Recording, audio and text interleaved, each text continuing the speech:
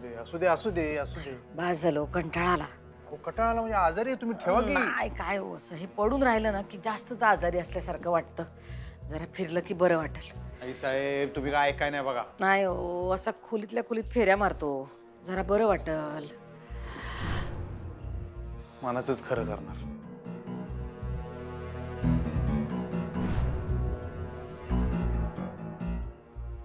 अहो तुमच्या पट्ट्यांच्या नादात आमचं कुंकू गेलं की हो. मग ते काय महत्वाचं आहे? बाईच्या आयुष्यात लय महत्वाचं असतं कुंकू. कुंकू नाही तर तिला काय बी मान नाही. दागिना असतो तो, लय मोठा दागिना. पण बाबा, भुवनेश्वरी मॅडम तुमच्या नावाचं कुंकू लावतात, मंगळसूत्र घालतात. तरीही ती माझी बायको नाही. माझी खरी आणि एकमेव बायको सौभाग्यवती चारुलता चारुहास सूर्यवंशी. हे भुवनेश्वरी ती बाई नाही. तरीच मला वाटलं होतं, जिवंत माणसाच्या फोटोला हार कसा घातला?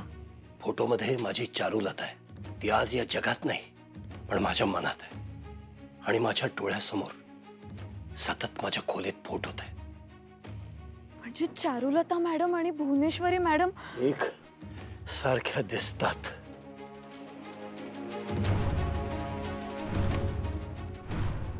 पण विचार, स्वभाव, वर्तणूक, संस्कार, शिक्षण यामध्ये दोघींची अशी यत्कंचित ही तुलना होऊ शकत नाही. माझ्या चारूच्या नखाची सर नाहीये त्या भुवनेश्वरीला. दुर्दैवानं फक्त दोघींचा चेहरा सारखा आहे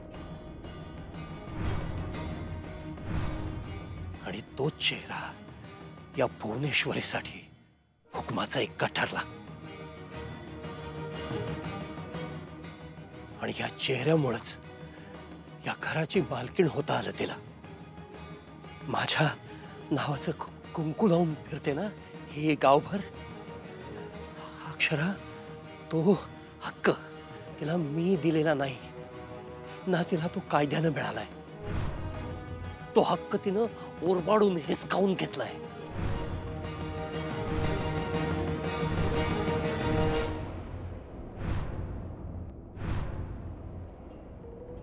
या कुंकवाचं काय मोल आहे हे आम्हाला चांगलंच माहित आहे.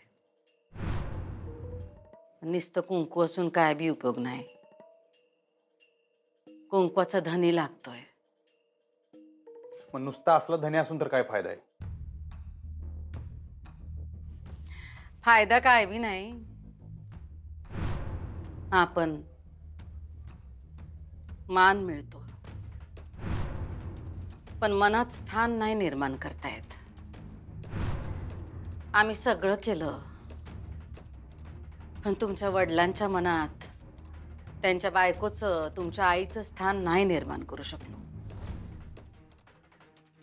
पण माझ्या मनात आईचं स्थान तुमचंच आहे. त्यांच्या मनाचा कशाला विचार करता तुम्ही? त्यांचा विचार सोडा. आम्ही त्यांचा विचार करतो कारण त्या माणसावर आम्ही मनापासून प्रेम केलंय. आई साहेब, लायकी नसलेल्या माणसावर तुम्ही प्रेम केले म्हणताना तुमच्या वाट्याला फक्त दुःख आले. त्याचं सोडा. मी तुम्हाला सांगतो, मुलगा म्हणून मी तुम्हाला कवाच अंतर देणार नाही आई साहेब. ते माहित आहे आम्हाला. आमची सगळी भिस्त तुमच्यावर तर आहे. ओरबाडून घेतलं. अधिपतीने तिला आई मानलं, पण मी त्या बाईला माझी बायको म्हणून कधीच स्वीकारलं नाही.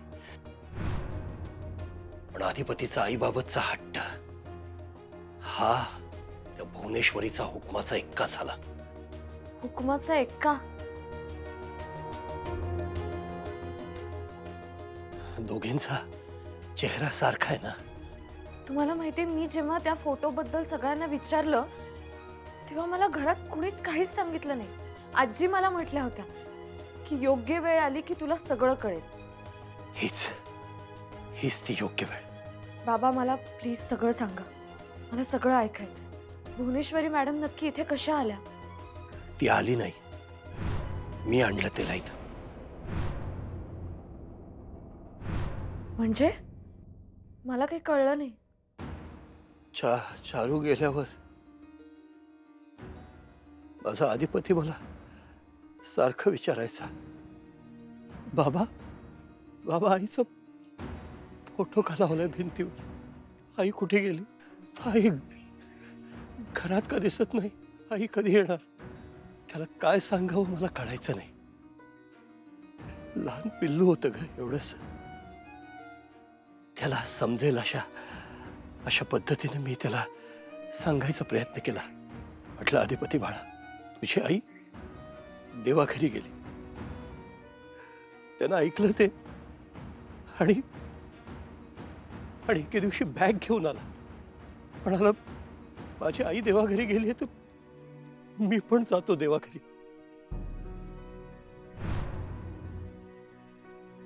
अधिपती थांब. अरे कुठं चाललंयस बाळा?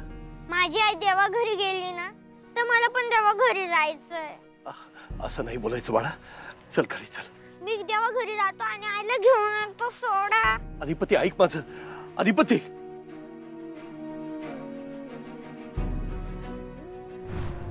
अधिपती देवाघरी जायची भाषा करायला लागला आणि मी हादरलो. माझ्या पायाखालची जमीन सरकली. मी काय करू मला कळेना. त्याला कसं समजावून सांगू? समजून घेण्याचं त्याचं वय नव्हतं आणि मी समजून सांगण्याच्या मनस्थितीत नव्हतो. मी त्याचं मन दुसऱ्या कशात तरी गुंतवायचा प्रयत्न केला. त्याला कळलं नाहीच की त्याची आई आता मेली आहे आणि ती परत कधीच येणार नाही. आणि हे त्याला थेट तोंडावर सांगण्याचं धाडस माझ्यात नव्हतं. अक्षरा, मी प्रयत्न करत राहिलो, थापा मारत राहिलो की देवबाप्पाला तुझी आई खूप आवडली असेल. त्याला काही दिवस तिला ठेवून घेतलं असेल. मला माहिती होतं हे खूप काळ खेचता येणार नाही. पण मी माझ्या परीनं प्रयत्न केला. आईच्या आठवणीपासून त्याला दूर नेण्याचा प्रयत्न केला. वेगवेगळ्या गोष्टी त्याच्या समोर आणत गेलो. पण सगळ्यात मला अपयश आलं. मला कळत नव्हतं अक्षरा मी काय करू. बायको गेल्याचं दुःख करू का माझ्या पोराला सांभाळू. मला पश्चाताप होत होता. का मी बेंगलोरला गेलो? का मी चारूला बस न जायची परवानगी दिली? का? चारू खरंच कधी कार वापरायची नाही. तिला सामान्य माणसात सामान्य होऊन मिसळायला आवडायचं आणि मी कधीच तिला काही करण्यापासून अडवलं नाही. आमचं नातच असं होतं. अशा माझ्या चारूच्या जाण्यानं जी पोकळी निर्माण झाली आयुष्यात ती मला भरून नाही काढता आली. इकडं अधिपतीनं आई आई आई असा आकांत मांडलेलं. त्याला मी माझ्याबरोबर कधी बाहेर घेऊन गेलो की थोडा वेळ तो डायव्हर्ट व्हायचा. आईचा विसर पडायचा त्याला. मग मी न्यायचो त्याला माझ्याबरोबर बाहेर. एकदा असंच मी त्याला बाहेर घेऊन गेलो होतो. कोणीतरी रस्त्यात हाक मारली. सांत्वनासाठी कोणी काहीतरी बोलत होतं माझ्याशी. 1-2-4 सेकंदासाठी माझं लक्ष अधिपतीवरून हटलं. मी त्यांच्याशी बोलत होतो. बघितलं तर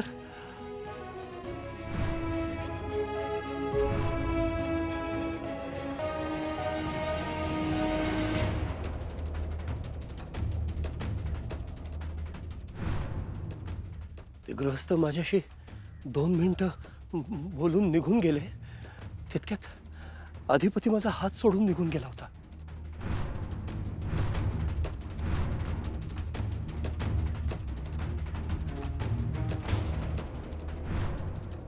अधिपती मी घाबरलो. मी अधिपतीला शोधत सैरा वैरा धावत धावत सुटलो.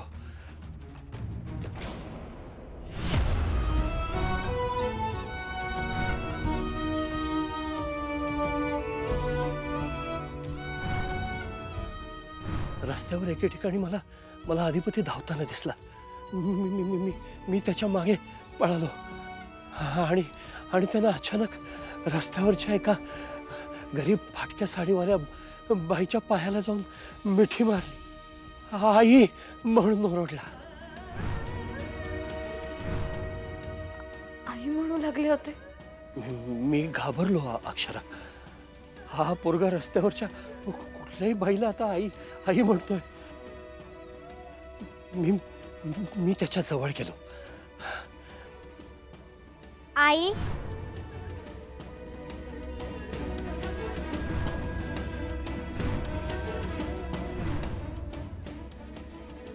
आई अधिपतीनं पुन्हा एकदा त्या बाईला आई म्हणून हाक मारली. गरीब फाटक्या कपड्यातली बाई होती ती.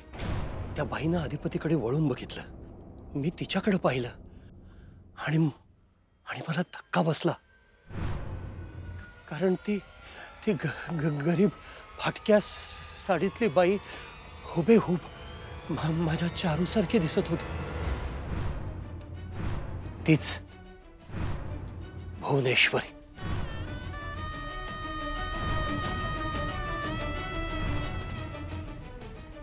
चारू या बाईला बघून मी अवाक झालो होतो. क्षणभर वाटलं माझी चारुलता परत आली का काय. पण त्या भुवनेश्वरीने बोलायला तोंड उघडलं आणि मला कळलं ही बाई माझी चारुलता असूच शकत नाही.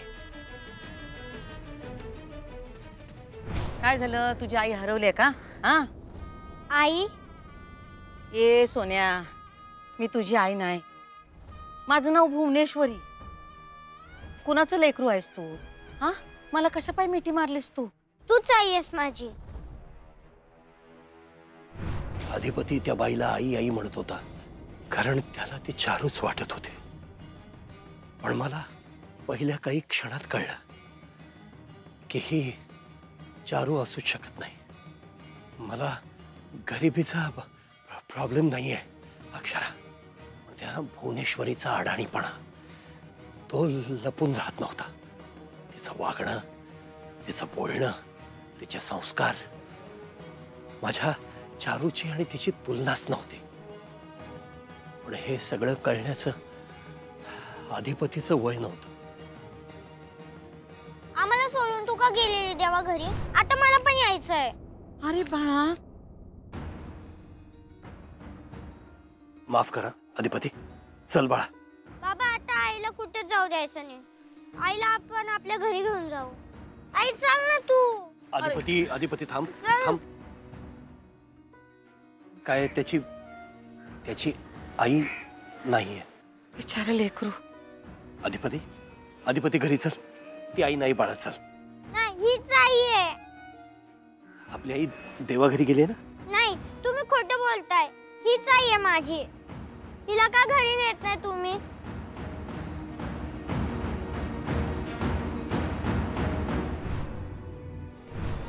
अधिपती आहे तेव्हापासून जो तिच्या पायाला मिठी मारून आहे आजपर्यंत तिच्या पायाशी आहे. फक्त दिसण्यातलं साधर्म्य नाही अक्षरा. कसं माहिती नाही पण पहिल्याच दिवशी त्या बाईनं अधिपतीला वश केलं. तो तिला सोडायलाच तयार नव्हता आणि आजही तीच परिस्थिती आहे ना. तो तिला सोडायलाच तयार नाही. आई म्हणून त्या दिवशी त्या बाईला त्यानं जे मानाचं स्थान दिलंय ते मला नाही वाटत त्याची सख्खी आई वरून आली तरी तिला तो देईल. बाबा अधिपतींसाठी त्या आई नाही आहेत, देवी आहेत. त्याचाच भुवनेश्वरीने पुरेपूर फायदा घेतलाय आणि माझ्या घरावर पूर्ण वर्चस्व मिळवलंय त्याने.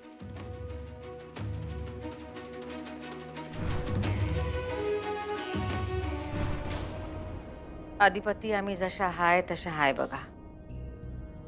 कोणी आम्हाला अडाणी म्हणलं तरी बी आम्हाला काय बी फरक पडणार नाही. कारण आमच्याकडे डोसकं हाय, अक्कल हाय आणि त्याच्या जोरावर आज आम्ही इथवर आलोय. आज आमच्याकडे सगळं आहे आधिपती. सोनं नाणं, पैसा अडका सगळं आहे. फक्त एकच गोष्ट नाही आमच्याकडं. काय? तुमच्या वडिलांचं प्रेम, त्यांची साथ. कशाला पाहिजे त्या माणसाची साथ? तुम्ही एकट्या बाज आहे. असं नाही हो अधिपती. बाईला नवऱ्याची साथ लागते. प्रत्येक बाईला असं वाटतं की तिने सवाष्ण म्हणून जगावं आणि सवाष्ण म्हणूनच मरावं. आमची बी तीच इच्छा आहे. आम्ही जेव्हा तिरडीवर जाऊ नवं तेव्हा आमच्या गळ्यात हे काळे मणी आणि कपाळावर कुंकू असावं. मोठ्यातल्या मोठ्या डॉक्टरांकडं आम्ही त्यांचा इलाज सुरू केला. असं वाटतंय की त्यांनी बरं व्हावं. 4 शब्द बोलावे आमच्याशी. आमच्या डोक्यावरून प्रेमाचा हात फिरवावा. पण नाही, त्यांनी हात उगारला तो आमच्यावर हल्ला करण्यासाठीच. कशाला काहीतरी मागचा आता काढताय तुम्ही? हे सगळं ऐकलं की त्या माणसाचा अजून राग येतोय मला. अधिपती तुम्हासनी एवढा राग येतोय तर विचार करा आमचं काय होत असेल. सवाष्ण असून बी नसल्यासारखं राहतोय आम्ही या घरात. म्हणजे भुवनेश्वरी मॅडम ह्या घरात कशा आल्या? तुम्ही म्हटलात की तुम्ही त्यांना या घरात घेऊन आलात. म्हणजे तुमचं लग्न? तिच्याशी लग्न हा असला विचार सुद्धा कधी माझ्या मनात आला नव्हता. अक्षरा ती बाई फक्त माझ्या चारूसारखी दिसते दुर्दैवाने. बाकी तिची तुलना माझ्या चारूशी होऊच शकत नाही. अगं ही अडाणी असंस्कृत कपटी बाई आहे ती. तिला शांत व्हा. लायकी नाहीये. तुम्ही बसा आधी. ही काय बसा. चारूला शांत व्हा. शांत व्हा.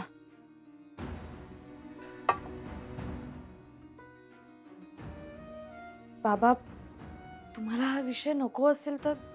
मला ही बाई माझ्या घरात नको आहे बस. आणि माझ्या चुकीमुळे ती या घरात आली आहे. म्हणजे मला कळलं नाही. सांगणार, आज सगळं सांगणार तुला. अधिपती लहान होता. त्याला कळत नव्हतं की ही आईसारखी दिसणारी जी कुणी आहे ती आपली आई नाही आहे. पण मला कळत होतं ही माझी चारू नाही. चारूच्या जवळपास सुद्धा जाणारी ही बाई नाही. मी अधिपतीला उचललं आणि घरी घेऊन निघालो तर अधिपती हट्ट करायला लागला. बाबा, आईला आपल्या बरोबर घेऊन जाऊया, त्याशिवाय घरी जायचं नाही. रडायला लागला तो. मी अधिपतीला खूप समजावलं पण त्यानं माझा ऐकलं नाही. आणि त्याच्या मनाचा विचार करून मी एक अशी चूक केली जी मला पुढे कधीही सुधारता आली नाही. तुम्ही काय केलं? अधिपतीचं मन राखलं मी. आईच्या मायेचं छत्र त्याच्या डोक्यावरून हरपलं होतं. पोरकं बाळ होतं माझं. त्याला कसं सांभाळावं मला काहीच कळत नव्हतं. सगळी मदार घरातल्या नोकर मंडळींवर होती. आणि म्हणून अधिपतीच्या मनाचा विचार केला आणि मी भुवनेश्वरीशी बोललो. तिला या घरात घेऊन आलो.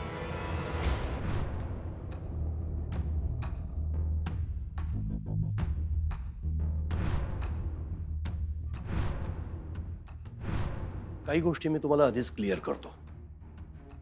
तुम्ही हुबेहूब अधिपतीच्या आईसारख्या दिसता. अधिपती लहान आहेत. त्यांना हे कळत नाहीये की तुम्ही त्यांच्या आई नाही. कधीतरी त्याला या गोष्टीचा कदाचित विसर पडेल. तोपर्यंत तुम्ही इथे राहा.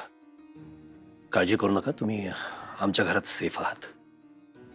आणि वाटल्यास तुम्हाला तुमच्या घरातल्या कोणाला बोलवायचं असेल, म्हणजे तुमच्या आई किंवा कोणी, तर सोबतीला बोलवून घ्या इथं. काय?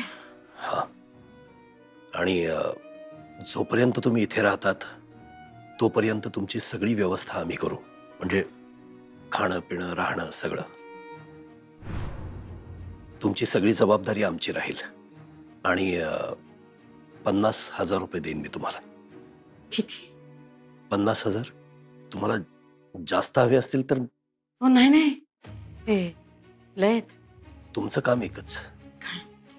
अधिपतीची आई आता या जगात नाहीये हे त्याला हळूहळू कन्व्हिन्स करायचं. काय काय करायचं? त्याला पटवून द्यायचं की त्याची आई आता या जगात नाहीये. पण कसं करायचं? या प्रश्नाचं उत्तर आता माझ्याकडेही नाहीये.